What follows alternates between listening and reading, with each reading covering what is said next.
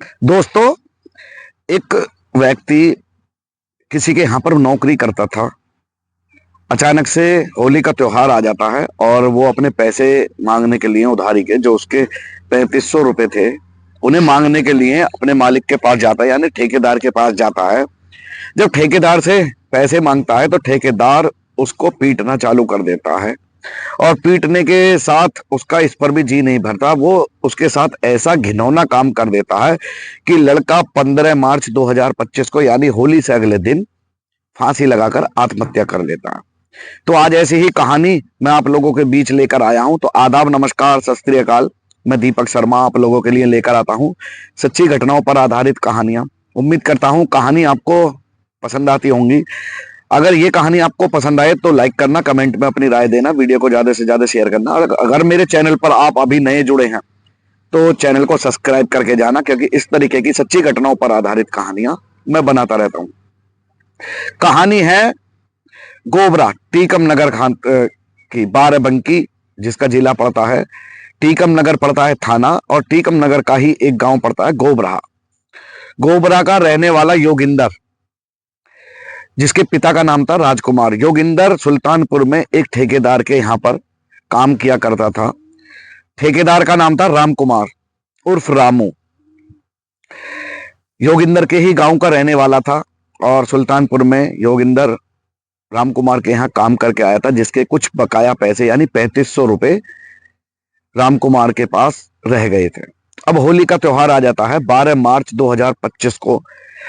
घर में परिवार के लिए कुछ बन जाए। गरीब व्यक्ति था योगिंदर मिश्रा, तो उसने सोचा क्यों ना ठेकेदार पर मेरे 3500 रुपए हैं, जाकर मैं उनसे ले लेता हूं, ताकि मेरा भी जो ये त्योहार है होली का, ये मन जाए और परिवार में जितने भी लोग हैं उनके लिए खाने पीने की व्यवस्था हो जाए।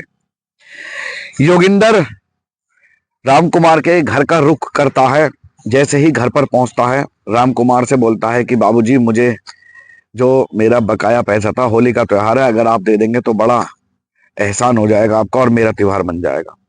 दोनों में पैसे को लेकर धीरे धीरे, अब इस पर राम कुमार कहता है कि अभी पैसे नहीं हैं। तो योगिंदर, वही जो एक आम आदमी, कहता है कि बाबूजी, मैं गरीब आदमी हूँ और त्योहार भी है, अगर आप कर दें पैसे तो बहुत ही अच्छी बात होगी।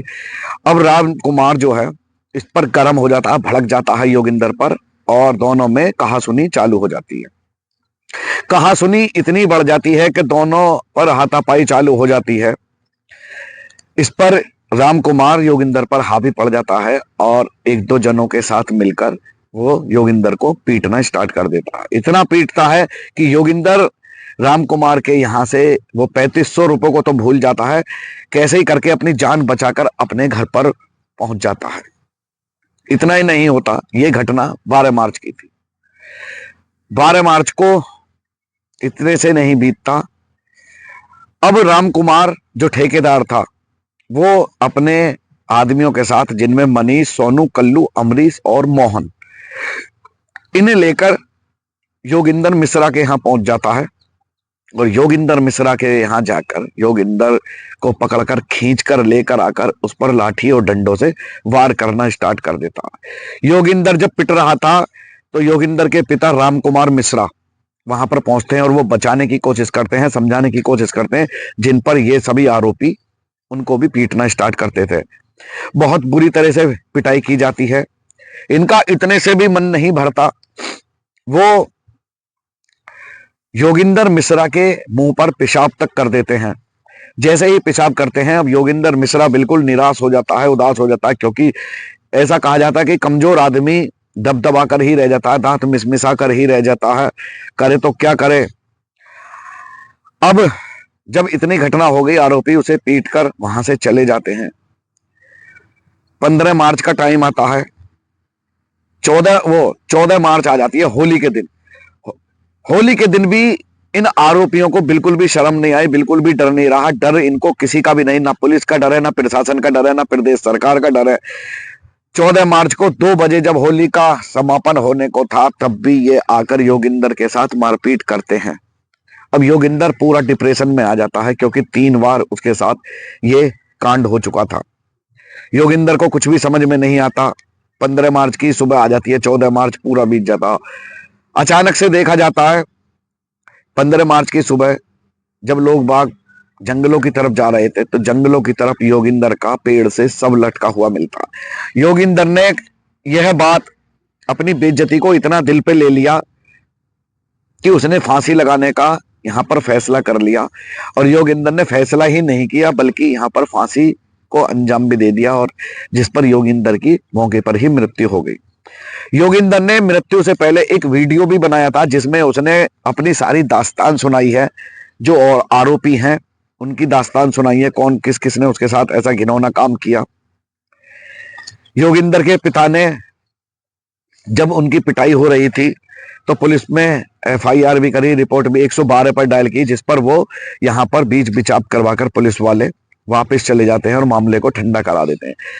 लेकिन उनके जाने के तुरंत बाद 15 मार्च को भी 14 मार्च को भी होली के दिन उनके साथ ऐसा ही घिनौना काम किया जाता है, जिस पर 15 मार्च को योगिंदर मिश्रा एक पेड़ से फंदा लगाकर खुदकुशी कर लेते हैं। अब परिवार में महत्तम का माहौल फैल जाता है, पूरे गांव में सन्नाटा योगिंदर की मौत को लेकर। जो भी शख्स इस बात को सुन रहा है वो अपने मुंह पर हाथ रख लेता, अपने माथे को पकड़ लेता कि आखिरकार एक व्यक्ति एक गरीब आदमी के साथ ऐसा कैसे कर सकता है। योगिंदर तो अपनी मजदूरी के पैसे ही मांगने गया था, अगर पैसे नहीं थे तो ये मामला शांति से भी निपटाया जा सकता है कि भाई मेरे पास अभी नहीं है, मैं भी परेशान हूं और तुम्हारे पैसे मिल जाएंगे। लेकिन नहीं, उन्होंने ऐसा कदम नहीं उठाया। उन्होंने जो कदम उठाया वो उठाया अपराध की तरफ, एक अपराध कर दिया। अब योगिंदर के पिता राम कुमार ने थाने में एफआईआर दर्ज कर दी है, और एफआईआर जो है, जो थाना प्रभारी हैं, जो थाना अध्यक्ष हैं, उन्होंने आश्वासन दिया है कि आरोपियों की तलाश की जा रही है, छानबीन की जा रही है, और जैसे ही आरोपी पकड़े जा रहे हैं सख्त धाराएं लगाकर उन पर जो कार्रवाई होगी वो कार्रवाई की जाएगी। और इस बात का सबको दुख है कि योगिंदर मिश्रा अब इस दुनिया में नहीं रहे। सबसे बड़ी बात, पीटना एक अलग चीज होता, लेकिन जब किसी के चेहरे पर इंसान पेशाब कर दे तो ये अपने आप में बड़ी झंझोर देने वाली कहानी होती है, क्योंकि ये इससे बड़ी कोई बेइज्जती हो ही नहीं सकती कि किसी के चेहरे पर पेशाब करना। अब इसको क्या कहें, कुछ समझ में नहीं आता। दिन पे दिन हमारे देश में अपराध बढ़ रहे हैं और सरकारें दावा कर रही है कि उन्होंने अपराध कम किए हैं। ऐसे शख्स को क्या सजा मिलनी चाहिए, ये तो न्यायपालिका का आदेश का इंतजार किया जाएगा कि न्यायपालिका क्या देती है। लेकिन जरूरत है इन पर लगाम लगाने की, इन पर बंदिश लगाने की, क्योंकि होली पर बहुत सारी ऐसी घटनाएं यहाँ पर आई हैं जिनको जब सोशल मीडिया पर पन्ने खंगालते हैं तो अपने आप में दिल दहलने लगता है, डर लगने लगता है कि हम बाहर अपने बच्चों के साथ कैसे जाएंगे। यहाँ तक कि मैं न्यूज चैनल चलाता हूँ, मुझे खुद भी यहाँ पर डर लगता है, बच्चों को लेकर, बीवी को लेकर, सबको लेकर यहाँ पर डर और दहशत है। तो कानून से और फिर उत्तर प्रदेश सरकार से यही अनुरोध है कि इस पर ज्यादा से ज्यादा ध्यान देने की जरूरत है, लगाम लगाने की जरूरत है। आरोपी जो है वो हद से ज्यादा आगे यहाँ पर बढ़ते हुए दिखाई दे रहे हैं। जब मैं सोशल मीडिया पर रात को पन्ने खंगाल रहा था गूगल पर, तो जब मैंने इस कहानी को देखा तो मैंने सोचा क्यों ना ये कहानी आप लोगों के बीच परोसी जाए। तो ये थी योगिंदर मिश्रा की कहानी, जो अब इस दुनिया में नहीं रहे। कैसे कैसे उनके साथ दरिंदगी की गई, बदतमीजी की गई, मारपीट की गई, और यहाँ तक कि उनके चेहरे पर पेशाब भी किया गया, जिसके कारण वो इस सदमे को झेल नहीं पाए और उन्होंने पेड़ से लटककर खुदकुशी कर ली। उम्मीद करता हूं आपको कहानी पसंद आई होगी। कहानी पसंद आई तो लाइक करना, कमेंट में अपनी राय देना, वीडियो को ज्यादा से ज्यादा शेयर करना। इस कहानी को सुनाने का उद्देश्य किसी की भावनाओं को ठेस पहुंचाना नहीं है, आपको जागरूक करना है, आपको सचेत करना है। हमेशा सावधान रहें, सुरक्षित रहें, अपना ख्याल रखें, अपनों का ख्याल रखें। मिलता हूं आपसे ऐसी ही एक सच्ची कहानी के साथ, तब तक के लिए जय हिंद, जय भारत।